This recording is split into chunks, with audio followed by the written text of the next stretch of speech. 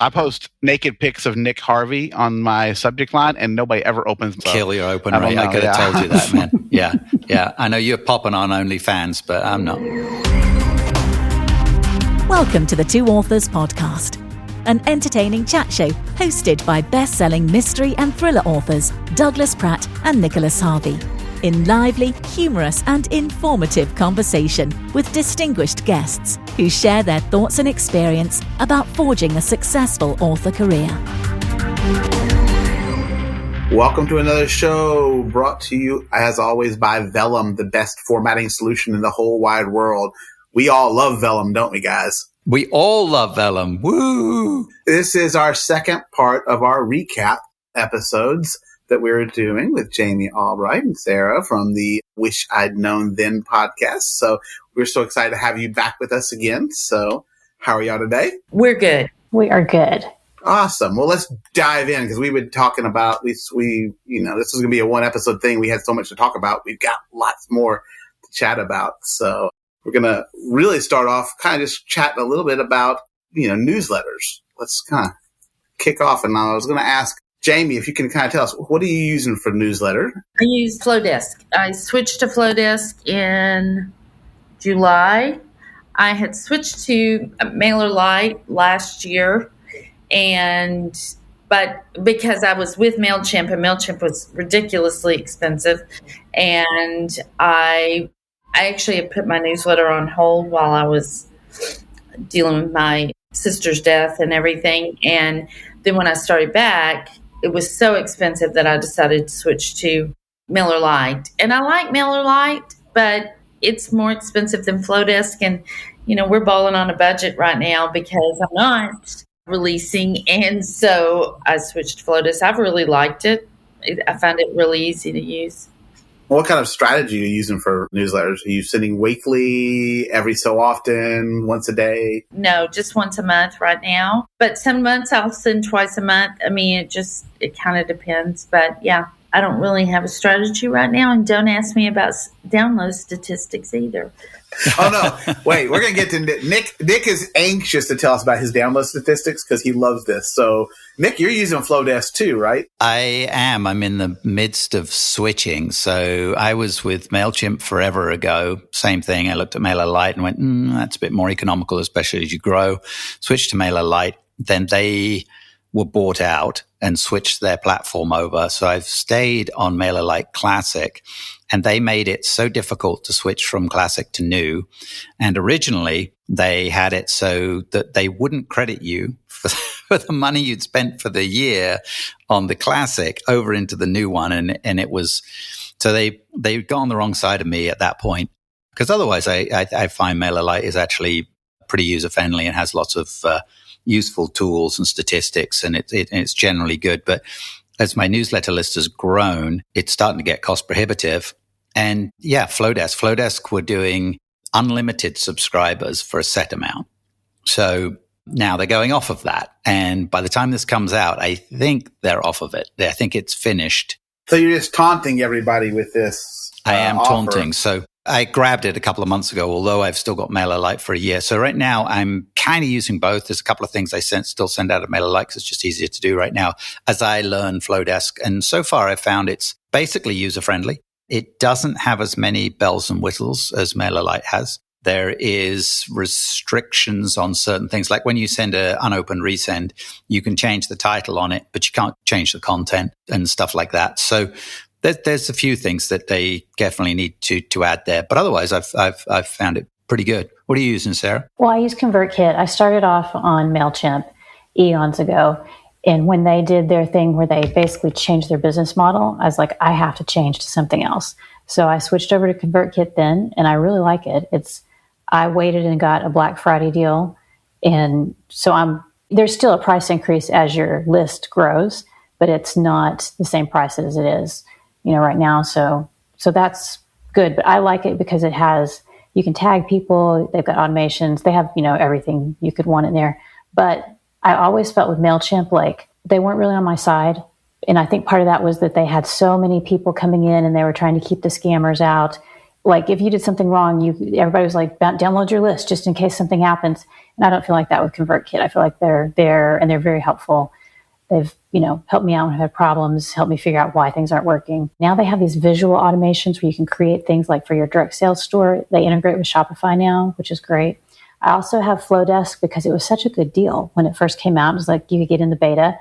And so I signed up and I have a separate list that I've been sending out to people who are just interested in new releases in mystery books. And so I have that on Flowdesk. And I don't know if I'll keep that up though, because as we talked about last time with AI, there's so many new books now, I can hardly keep up with it. When I go in to look to see what is new, it's just an overwhelming number of books. So I don't know if I'll switch Flowdesk to something else, but I like it too. I think it does a great job. Well, I started with MailChimp as well, like everybody else did. I mean, and I got to give them credit, MailChimp, MailerLite, both. And I don't know about ConvertKit and Flowdesk, but I like that if you're starting out and if you're a new author, then you can get started with, 500 subscribers, which is, that can take you a while to get there. It's a good place to start. I like that they both did that.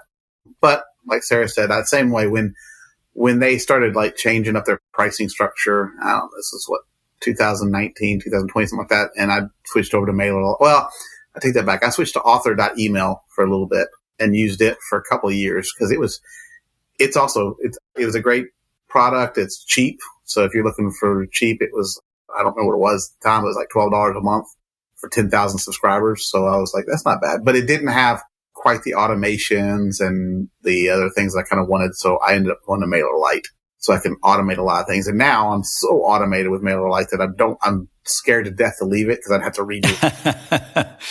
That was part of mine. So, but I send out a lot of, I'm not on a set schedule for my emails. I do fairly regularly.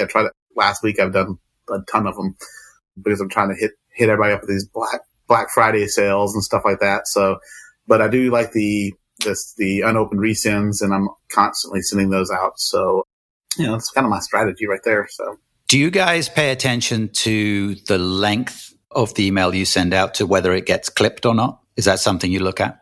I'm laughing because my emails would be considered way too long. The conventional wisdom is like you have one thing, you push one thing and you have one call to action and then you're done. And mine is more like a newsy, hey, this is what's going on in this thing. So yeah, I don't pay attention to that. I've tried to cut back a little bit. Yeah, if I'm running a contest or something, I'm like, I put that in the headline, but then it's like the last thing in the email. Gotcha. Yeah. It'd be interesting to see if open rates do change, if it's clipped. A lot of people look at it in the preview so they don't see what's below the clipped. But honestly, I tend to feel like, well, they're the people that weren't going to do anything about what was down there anyway. Because if they can't be bothered to go down, because you put something in the intro or in the subject line, whatever is that. And I think it's a great strategy to put a teaser, right? Hey, do this competition and win something. Make sure you scroll to the bottom. Well, if can't be bothered to do that, then they weren't going to do anything with it anyway. So it's probably okay. One thing I did learn on the newsletter front. So MailerLite has a lot of bells and whistles and tools, and they have landing pages that are really handy to use. They have two ways of doing it. One's a kind of a web thing, one's a landing page, and one of them is an fairly unlimited amount of them or a high number of them. So I used that as my back of book bonuses to collect the emails because I already had it set up. It's in MailerLite right there. It's collecting the emails. So when I did come to thinking about going to something else, I had the problem Doug has. I've got all these automations and I've got these back of book things that link there. So I've got to switch it all over.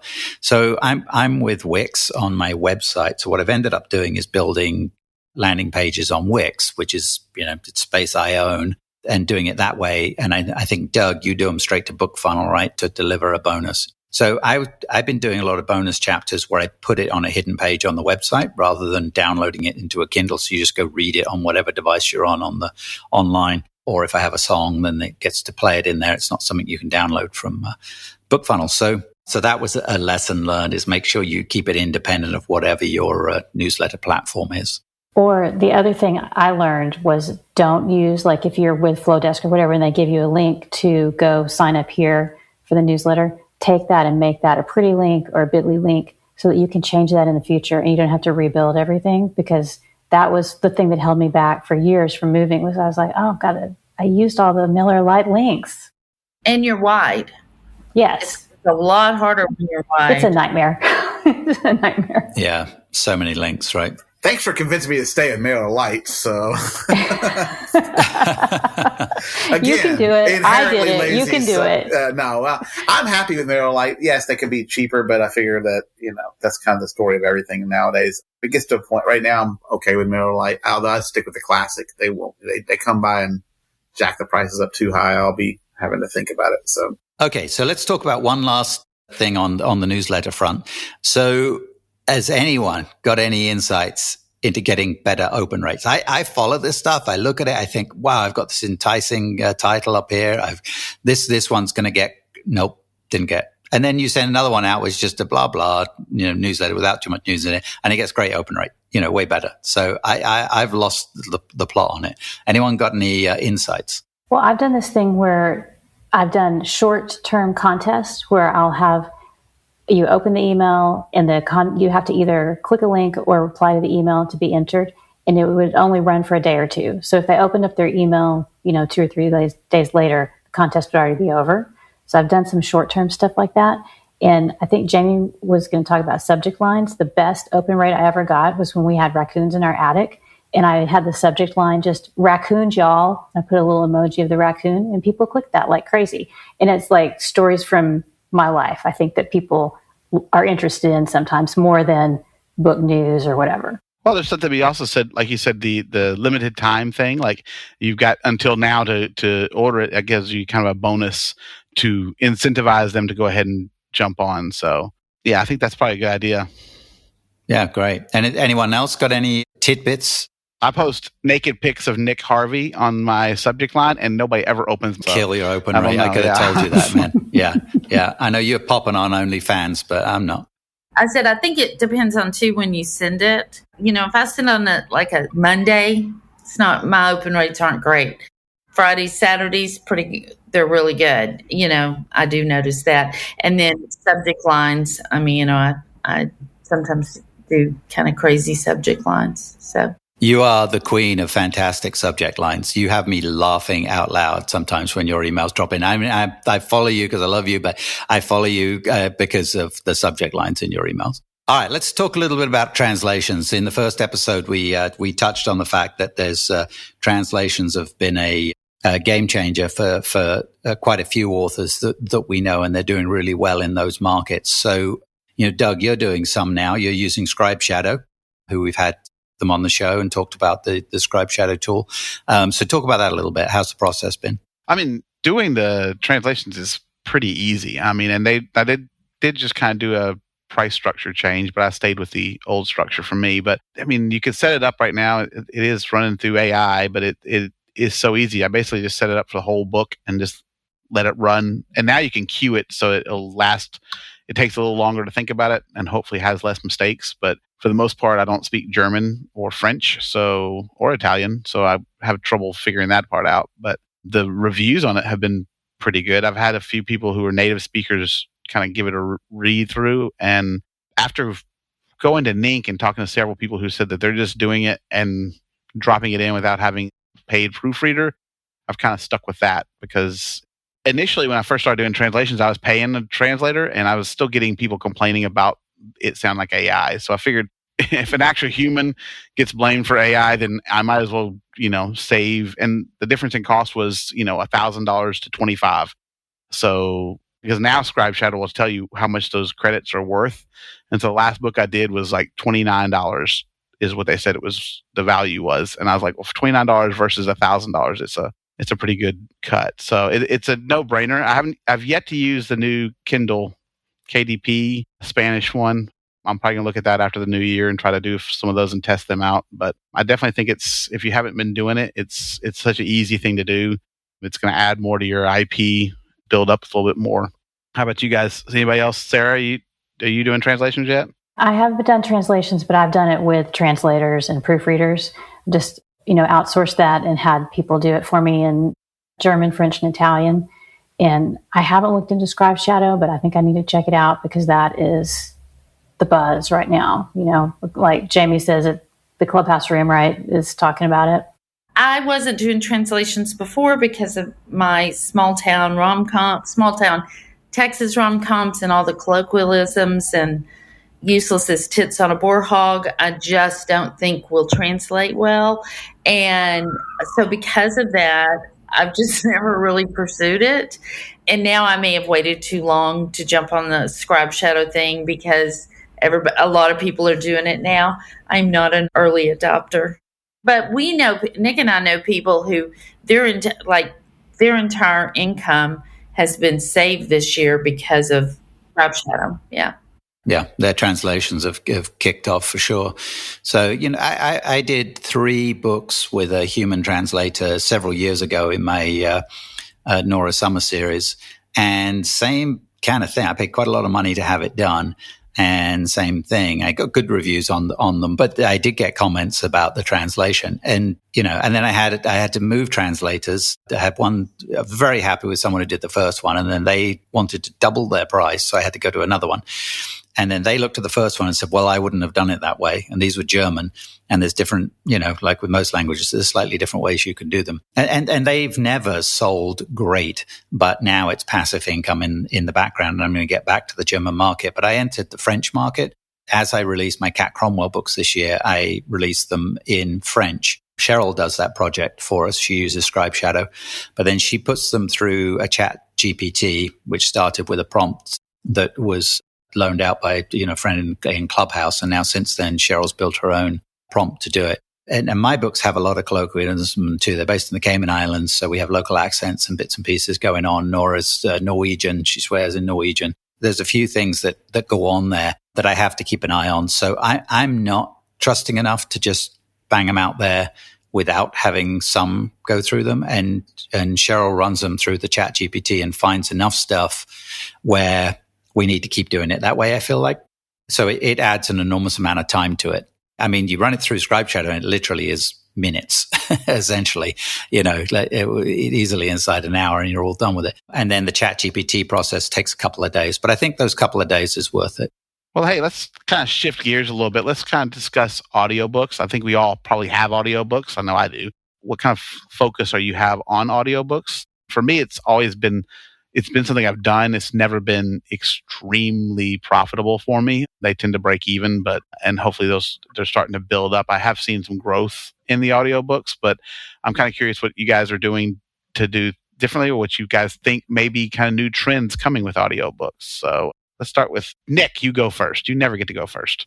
I'm going to defer. Sarah, I want to hear what you had to say, because we were talking off air a little bit about it. So I'm very curious. You go. Okay. Well, I do an audiobook with all my books, and I do have it come out at the same time as the book comes out. So a lot of times that means delays. And that was what got me into direct sales first, was I used PayHip, and you could get the audiobook from me first, because that was back when you would upload it. I'm wide. So I would upload it and I would not know when it would be out and available on Audible. And I would get people asking me for it. So I was like, okay, you can get it from me. And people bought it from me direct. And that was kind of what got me started buying or selling direct. So now when I do the special edition, you can get the audiobook early from me, or you can wait and get it when it comes out wide if you want it on Audible. And I still have people who prefer Audible. They want to wait for Audible. I'm trying to move everybody over, to get it from me, but just some people prefer to have it, all their books together in Audible. So one thing, and I have noticed, I think that as AI becomes more common, people will begin using AI more to record their audiobooks, because that's coming and it's already available. So I think my audiobook income will probably start to decline, just because there'll be more books in the market. And that was one way that I was able to kind of stand out a little bit, because there weren't not everybody could afford to do an audiobook. So that kind of sets you apart if you can do that. So that kind of helped me stand out. So what I'm doing now is I have a separate podcast that I do seasonally, Mystery Books podcast. It's about mystery books. I talk about what I'm reading. Don't interview anybody else. And it's not regular, but podcasts are great because they just kind of hang out there and they live a long time, and people find them later and then they'll go back and listen to everything. So for one season of that, I took Murdered Archley Manor, which is my best-selling book, and I podcasted it. So like episode 1 of season 5, I think, is chapters 1 and 2. But what I did was I did a little intro. So it's like a little behind the scenes, commentary from the author. And I would talk about the characters. In each episode, I talked about either something I researched, ideas where they came from, how I wrote it, stuff like that. And so then I put it all out, and you can listen to the whole audiobook with my commentary for free because it's a podcast. And now I have a playlist on Spotify because I've distributed there as well. So now I have a podcast playlist that you can share with somebody and say, oh, you want to listen to my book? Here you go. And there's a little bit about me in there, which I think is really good in this age of AI. We want to be human so they can hear me talk about it. So I'm trying to do some things like that with audiobooks that are just a little different that maybe you're not going to get if you just go to Audible. Well, I've heard people also putting their audiobooks up on YouTube as well, like the Spotify. And I think that's got some potential too. So it's a lot, again, about visibility. I think we talked about that a little bit. So I think the hard thing with audiobooks sometimes when you're selling them yourself or distributing them like with BookFunnel, people are very reticent to go to another site for audiobooks. They know Audible, they're comfortable with Audible, and so even Chirp, I've had people send me emails questioning whether they should, they don't know that site kind of thing. Again, my readers are older, so they just don't want to do that as much. I had a book that I did, it's a novella that I was selling on PayHip, and I sold some, but I had a lot of people clicking and then not buying, and it was because I asked. I was like, because I could see I had a ton of clicks, but not as many, and it was because they just didn't feel comfortable buying it from PayHip, getting it from BookFunnel. Yeah, it's the same thing on ebooks. Well, it's the same thing with BookFunnel. You give away stuff there and you look at the people that click and go over there and views versus the downloads. It's a fairly big disparity most of the time, even when, in the tropical author groups, we're giving away a novella for newsletter signups. And the amount of people that go there and look at it, but then don't download is way more don't download. It's a free book and they won't, just because it's the unknown and they're not sure. And like you say, for most genres, the audience trends older, right? The majority of them, because they're the folks with the time to do more reading. They're the whale readers and they are getting it drummed into them. Don't click on links. Don't click on this. Don't click on that. Be aware of this. Don't open that email. So they're rightfully, nervous about it. So maybe we should go to AARP and them say it's okay. Educate them, yeah. Maybe. Educate them.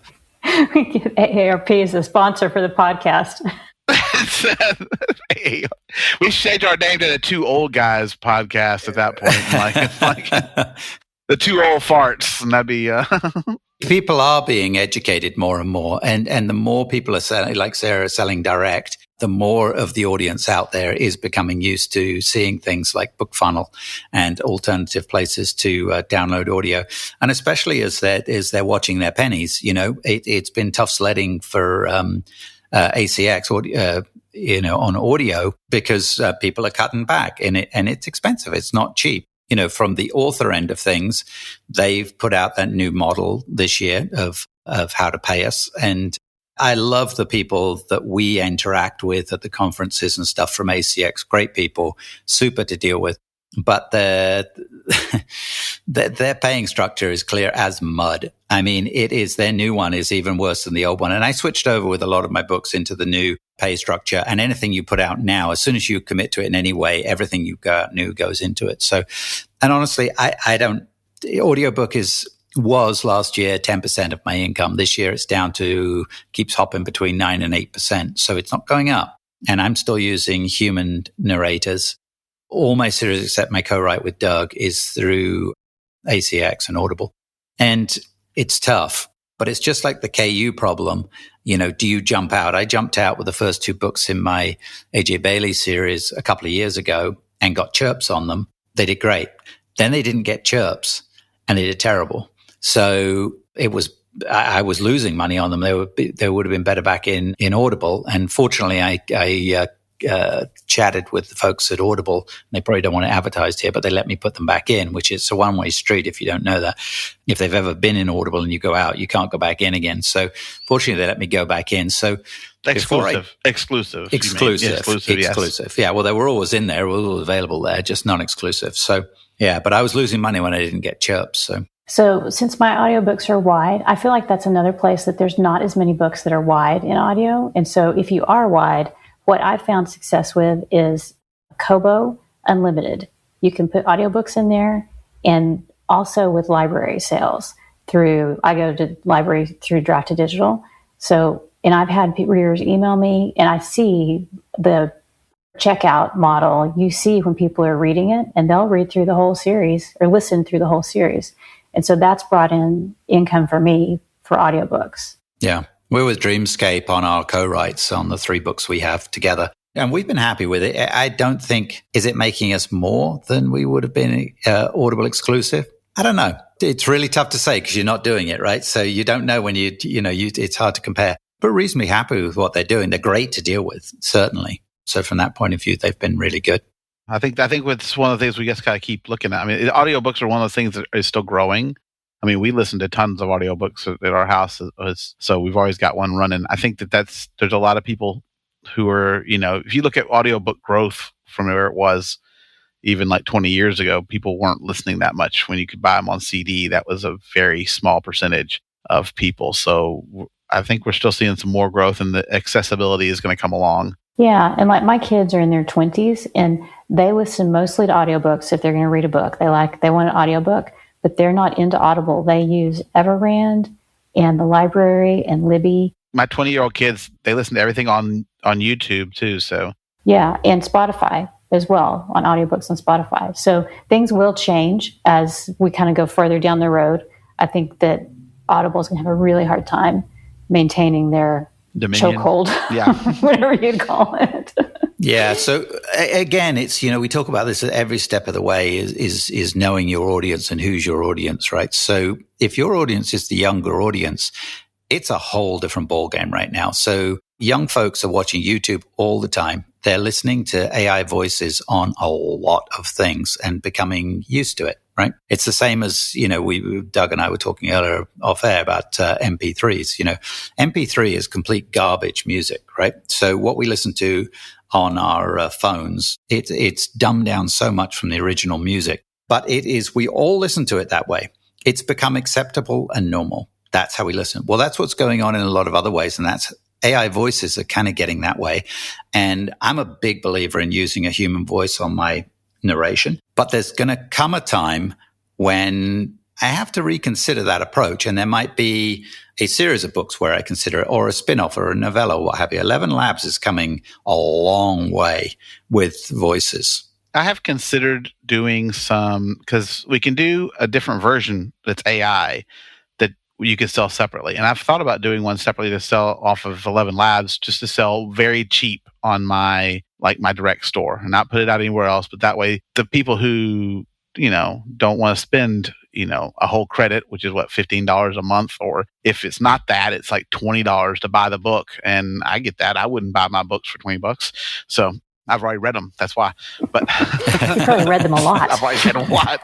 I'm like, why would you? But I could see, we do have older crowd that might want to save some money. That's one of the constant things. Every time I don't put something in Kindle Unlimited, I got readers who are like, well, I guess I'll have to wait because I can't afford it. And so maybe offering an opportunity for them and not being afraid to use it along with the human narrators. Although, and who knows, maybe I'll test with a dog narrator. I think a dog narrator would be kind of fun to listen to. So. Well, I was going to say you could have tiers. You could have like we have a paperback and a hardback and a special edition. Maybe there will be a special edition audiobook that's human narrated, but for like your super special. Oh, true. Oh, I'd love to do like the sound booth stuff that they do is awesome. Yeah. Kind of fun and then you would have, the AI or the dog. I have the dog from the pound and then my thoroughbred, and you can't tell the difference. So. The multicast is becoming, a big thing. I'm not a fan of dual narration. for the right books, it can be okay, but it's really jarring for me when there's two voices, because who says the narration part, meaning the narrative part? Then, when they're doing the male voice or the female voice, it's really jarring when a male voice comes in and goes, yes. And then it goes back to the other voice and they move along. But the cast, it's a whole performance like the old radio performances, right? From the 1940s. Yes, Doug, that is even before my time, the 1940s. But but the radio shows, I think it's great. I think they're really good. It's hard to tell the way you're going on about MP3s, but back in my day, we had vinyl. Hey, I'm a vinyl guy. I am now anyway. But one thing I'll throw out there about the audiobooks, it's a shifting world. So you've got to decide whether you're comfortable doing an AI, if you're going to go that route, or if you're going to do it as an alternative. But if you are going to use human narration, you go, well, I can't afford it. I won't get the money back. Here's the problem I ran into. I was that. It was no way it was going to pay out. And I didn't do them for a long time. And then when I released my second series, I went, okay, I'm going to do audiobooks now. So now I need to go back and do the first series. Well, I was 8 books into the first series. So now I've got to catch up 8 books. So first of all, my narrator couldn't just bang out 8 books. And secondly, I couldn't afford to outlay for 8 books. So it's tricky when you get behind. So if you're doing long series, you need to think about it. And maybe it's an investment that you make up front, or maybe you wait and figure, hey, I'm going to do AI anyway, and I'm going to wait 2 years until I have more books out in the series, and then I'll do them all in that way. But it's worth considering. They, for me too, as Doug said, they take time to pay back, but they do pay back. People have used Kickstarter. People are using Kickstarter to fund it. So like if you're thinking about it, there's no reason you can't come up with a good Kickstarter plan. It would be better to combine it with a print special edition, because most people don't really go to Kickstarter for audio. They go there for something physical. So like do a special edition book and then the audio is part of it. Yeah. So the other problem, here's my brain on that one, Doug, is, okay, well, if the people were going to buy the audio and want the audio book and you can reach them somehow, because Kickstarter, the only way they know about the Kickstarter is you reach them. So why wouldn't they have just bought it through Audible rather than having to do it through Kickstarter, which is a medium that they're not all comfortable with, right? Because you have to pay for it ahead of time with Audible. You do the Kickstarter, then you have the money and you pay the narrator to do it. So yeah, you make the money beforehand. Yeah, that's true. So if it's a funding issue and you don't have the funds to do it, yeah, I got you. So it's a funding issue. That's what I'm saying. So if it's a funding issue, then that's what I'm saying is it's a good way to offset that. You can also do kind of like Sarah said, you could do a special edition. You could, run some sales that are, hey, this is, we're just going to fund it a different way. You could have a yard sale for all that matter. You got to do what you got to do sometimes, right? So, I'm going to sell feet pics to do my advertising before too long. So. No, stop that. Stop it. You're hurting me. All right. So this has been great, guys. Really cool. So let's wrap it up with another question for everybody. 2026. What's your focus for 2026? What are you going to be working on? Doug, you're on the hot spot. Okay. I think right now I'm looking at trying to do a little more direct sales, figure out how to sell more paperbacks. Paperbacks has always been my weakest point, and I want to see if we can't jump that one up a little bit. So I'm looking at that along with some visibility.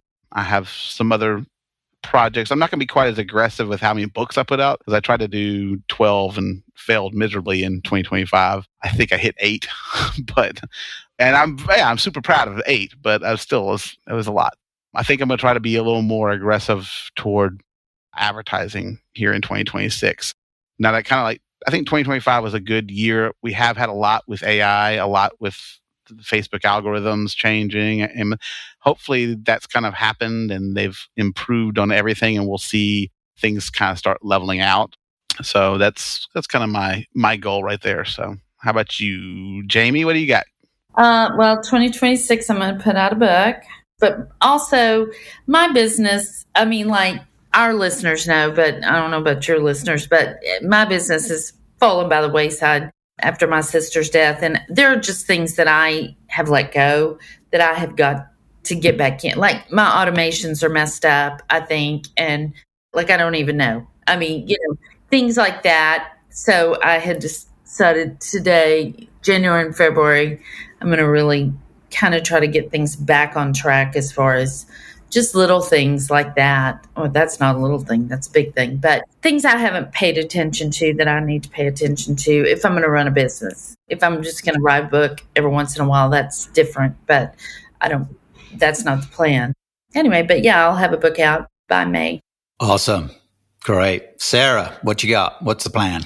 I think next year for me, 2026 is going to be about books and writing, because this 2025 was about trying special editions and the physical letters subscription and doing some ads, which I hadn't ever done really seriously in like years. So I want to get back to books and maybe release 2, which would, don't laugh, Doug. Oh, no. I'm thinking about this too. I'll tell you what, I was like too aggressive for that. And I was like, all right. But it did kind of keep, I think that constant release that I did helped kind of keep my sales stay without doing as much advertising I had in the past. It is a form of promotion, just the consistent release. Yeah. It was a test on my part to see how well it would do without doing as much ad spend. And it did hold my own. So if I had been spending ads and they've been working like they should, and I did it, I think that would have been huge, but live and learn. I think that's one of the big things for you, Doug, as we've talked, is, your overall sales, your gross may be stabilized or down just a wee bit from last year, but your net is probably the same or up, right? Because you did pull back on a lot of the advertising. Yeah, it did. I mean, my net stayed about the same, even though my gross came down significantly. So how about you, Nick? What's your plans? I need to find a better balance. I didn't have a good balance this year. We've had a lot going on. We've, moved countries, homes, gone from the full-blown nomadic life to putting down roots a little bit again in a place that we haven't actually got to stay in yet because we went on another nomadic 3-month episode, but we will be returning there shortly before the holidays. So I need a better balance. I tried to put out more in 2025 as well, and I put out everything I aimed to put out, but I need to find a better balance just for my own sanity a little bit. Working with some people on Amazon ads, which is showing some promise right out of the gate. So I'm hoping that's going to be a long-term growth. I think Facebook ads, so for me, they've been screwed up this year, and the way they've shifted how you go about running the ads and using it, relying so much on their AI, it's really screwed things up. That's going to get better. As it learns, it will get better. It'll all get better, right? So I need to keep an eye on that and experiment some more on the Facebook ad side. But that's kind of my goals. I need to get more books. I'll have another book coming out in my. I've got backed myself into a corner by the fact I have 4 series now. So writing books in 4 series gets tricky, right? 1 a year. Well, no, the market requires you to do more. So when you're writing the series like Doug and I do, you need to keep them out. And it's really hard to get books to stay sticky anymore. We used to talk about sticky and the tail after a release. And if you'd release every 3 months, you were still on the tail from that previous release. Well, that tail drops down much quicker now with the market being so flooded and with the ranking stuff that's going on and all that kind of stuff. So 2 of the series, I'm putting out 2 a year. And then my original series, I'm putting out 1 a year. And then Doug and I are trying to still do 1 a year as well. So that's still 6 books. So I've got to find a balance between getting those 6 books out without having to be writing when we're supposed to be taking a weekend off and, working actually 7 days a week, which I do most weeks. So yeah, finding a balance. Cool. This has been brilliant, guys. Thanks for joining us again. And hopefully our listeners on both sides got a little something out of these 2 shows.